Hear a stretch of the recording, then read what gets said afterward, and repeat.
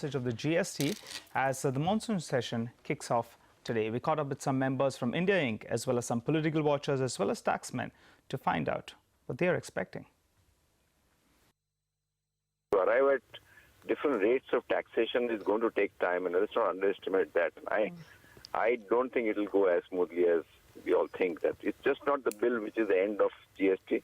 I think there are some other steps to be taken in terms of the IT systems, the arrival of revenue neutral rate and other rates merit list, and that's going to be very, very crucial in terms of going forward after the bill is passed. I am a little bit upset about the way this revenue neutral rate of 18% is arrived at, I think that is not the starting point, that is the end point, because the first thing you have to determine is what are the items which are going to get into the exemption list, what are the items and what is the rate for the merit list, which is the essential commodities, and the resultant is the revenue neutral rate. You can't start with the revenue neutral rate of 18% first and go backward.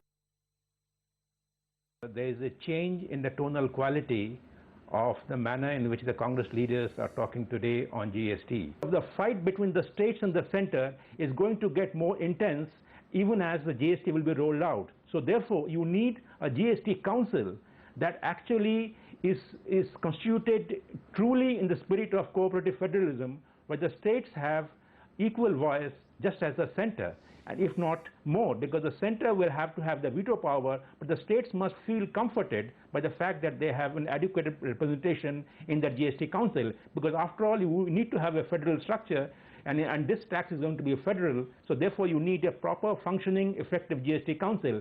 The way GST council is constructed right now, I don't see that playing out.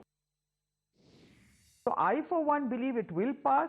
I don't think we need the perfect GST bill.